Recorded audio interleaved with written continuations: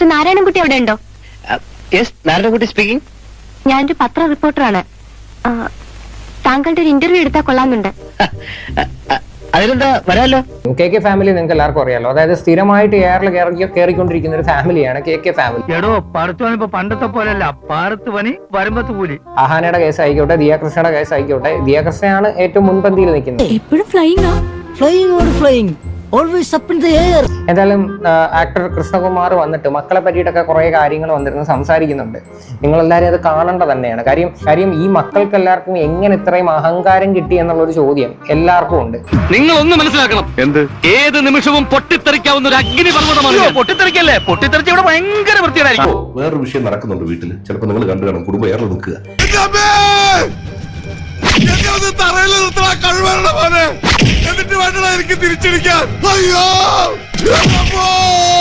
അത് ഞാൻ പറഞ്ഞു. ഇതിന് പ്രതികരിക്കല്ലേ എന്ന് പറയുന്ന ഒരു മോള് പ്രതികരിച്ചു. ഞാൻ തെറ്റില്ല, കാരണം എന്റെ മൂത്ത മോള് പ്രതികരിച്ചപ്പോ എന്റെ അടുത്ത് പലരും പറഞ്ഞു അത് ചെയ്യണ്ടായിരുന്നു. ഞാൻ പറഞ്ഞു അത് നിങ്ങളുടെ ആംഗിളാണ്. ഇന്ന് എനിക്ക് 58 വയസ്സും അവർക്ക് 30 വയസ്സുമാണ്. ഈ ആദ്യത്തെ പെൺകുട്ടി ജനിക്കുമ്പോൾ പറയും അച്ഛന്റെ ഫീമെയിൽ വേർഷനാന്ന് പറയും. അങ്ങനെയാണെങ്കിൽ എന്റെ 30ാമത്തെ വയസ്സാണ് ഞാൻ ചിലപ്പോൾ വീട്ടിൽ കയറി ചവിട്ടി ചുറ്റിക്കൂട്ടി. എങ്ങനെ ഇരിക്കുന്നത്? എന്റെ 30ാമത്തെ വയസ്സായിരുന്നെങ്കിൽ ഞാൻ ചിലപ്പോൾ വീട്ടിൽ കയറി ചവിട്ടി കൂട്ടിയായിരുന്നു. നല്ലതല്ല ഇവിടെ ആർക്കും ഉപദേശിച്ചു കൊടുക്കുന്നത്. അപ്പം ഈ അഹങ്കാര സ്വഭാവങ്ങൾ കിട്ടിയത് സ്വന്തം തന്തയിൽ നിന്നാണ്. അതെ, അതിലെനിക്ക് അഭിമാനമുണ്ട്. ഏണി വെച്ച് പിടിക്കുന്നു പറയില്ല, മോളിൽ കൂടെ പോകുന്നൊക്കെ ഈ ഒരു സ്വഭാവം ഉണ്ടായിരുന്നു. ഈ സ്വഭാവം മാറണമെങ്കിൽ ഒറ്റ വഴിയേ ഉള്ളൂ. എന്റെ പെറ്റതുള്ളയോട് എന്നെ ഒരിക്കൽ കൂടി ഗർഭം ധരിച്ച് ഫ്രഷായി പ്രസവിക്കാൻ പറയണം.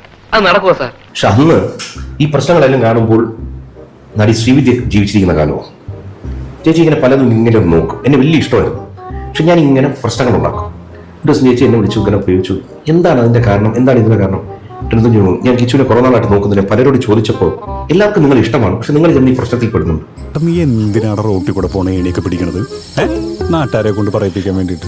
ഞാൻ ചേച്ചി വഴി കിടക്കുന്ന ആൾക്കാരെ പോലും എടുത്തോണ്ട് വണ്ടി ഇടിച്ച് കിടന്നു. അത് അങ്ങനെ നേച്ചർ. എന്റെ അച്ഛൻ അങ്ങനെ, എന്റെ രണ്ടാമത്തെ മോളും അങ്ങനെ. അതുകൊണ്ട് ഈ അടുത്ത കാലത്ത് ഒരു കൊല്ലം മുമ്പ് അവിടെ വലിയ ഏണി എടുത്ത് പിടിച്ചു വെച്ചു. അപ്പൊ ശ്രീവിദ്യ പക്ഷെ ഒരു കാര്യം എടുത്ത് പറഞ്ഞു, നമ്മുടെ പ്രവൃത്തി നല്ലതായിട്ടും ആരോപണം വരുന്നുണ്ടെങ്കിൽ ഭൂമി ജീവിച്ചിരിക്കുന്ന മനുഷ്യരെല്ലാവരും തെറ്റ് ചെയ്തിട്ടുള്ളവരാ. മനസ്സുകൊണ്ടോ ശരീരം കൊണ്ടോ തെറ്റ് ചെയ്യാത്തവരില്ല. ഈ തെറ്റ് ചെയ്യാത്തവരായി ആരുമില്ല ഗോപു എന്നാണല്ലോ. ഇപ്പോ നീ ഒരു പോസ്റ്റ് ഇട്ടിട്ട് നിന്റെ 100 ഫ്രണ്ട്സിന് നിന്റെ ബന്ധുക്കൾക്ക് അയച്ചിട്ട് പറയും എന്റെ ഒരു പോസ്റ്റ് ഇട്ടിട്ട് ഒന്ന് കാണണേ, ഒന്ന് ഷെയർ ചെയ്യണേ, ഒന്ന് കമന്റ് ഇടണേ. ഒരൊറ്റ ബന്ധു ഒറ്റ സുഹൃത്തും നോക്കത്തില്ല. അതേസമയം നമ്മൾ ശത്രു എന്ന് പറയപ്പെടുന്നത് ഈ ശത്രുവല്ല, അവരിത് നോക്കും. ദിയ കിട്ടി 19-16 സെക്കൻഡില് 1 22 26 ഇതിങ്ങോട്ട് കുറിച്ച് വെച്ചിട്ട് ഒരു 1000 പേർക്ക് ഷെയർ ഇടാ. അലക്കിക്കോ, അവളുടെ ഒരു മിസ്റ്റേക്ക് പറ്റിയിട്ടുണ്ട്. ഇതൊരു 1000 പേർക്ക് ഷെയർ 1000 10,000 ഇങ്ങനെയാണ് വൈറലാവുന്നത്. ആലോചിച്ച് നോക്കിയ ആ വ്യക്തികൾ എന്റെ മക്കൾക്ക് എന്റെ കുടുംബത്തിന് ഉണ്ടാക്കി തന്ന ഒരു സബ്സ്ക്രിപ്ഷൻ കൂട്ടിയതും വരുമാനം ഉണ്ടാക്കിയതും എല്ലാത്തിനും അവരും കൂടി ഒരു കാരണക്കാരാണ്. നിന്റെ ബുദ്ധി വിമാനമാണല്ലോ. വിമാനമല്ല, റോക്കറ്റ്. റോക്കറ്റ്.